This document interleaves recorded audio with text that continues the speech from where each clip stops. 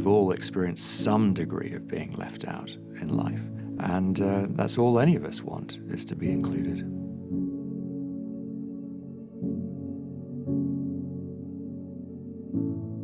If I were talking to someone who was feeling excluded or was being excluded, I would say, look, this isn't about you.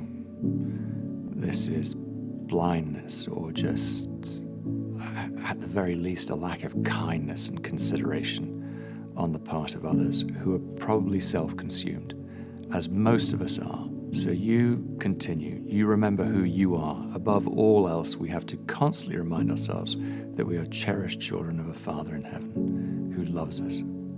If we're impatient with someone who doesn't seem to be progressing as fast as we think they might, I think it's always good to look at our own journey and see how fast we're progressing, either now or were at some point.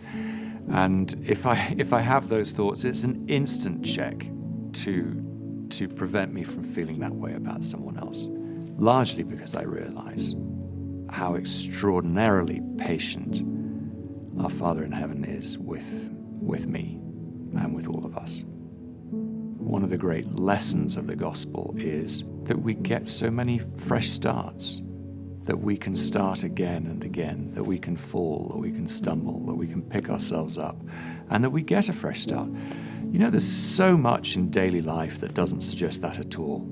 And this is a place that we get to begin again and begin again and again. I think we lose sight of that, and I think that's so encouraging for people who might get down on themselves. I know a lot of people grow up in the church, and it can be cultural. It can be just what we do.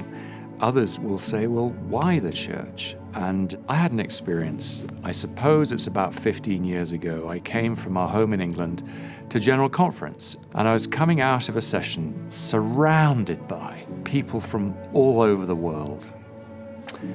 And I thought, this is it. This is the church. We're from everywhere. We include everybody. And this is where I belong. And it was a wonderful feeling. I think whether you're coming into it for the first time or if you've been here for generations, we have to remember and constantly remind ourselves that, as someone wise once said, this is a hospital for the sick, not a monastery for the perfect. There is nobody perfect here. We're not going to find them. It isn't going to be you. We're here because we all need help from one another. Some of us are helped more for a season by helping others. Others need help for a while. And at different points, we're both of those. But we're here to help each other, and it serves us well to remember that.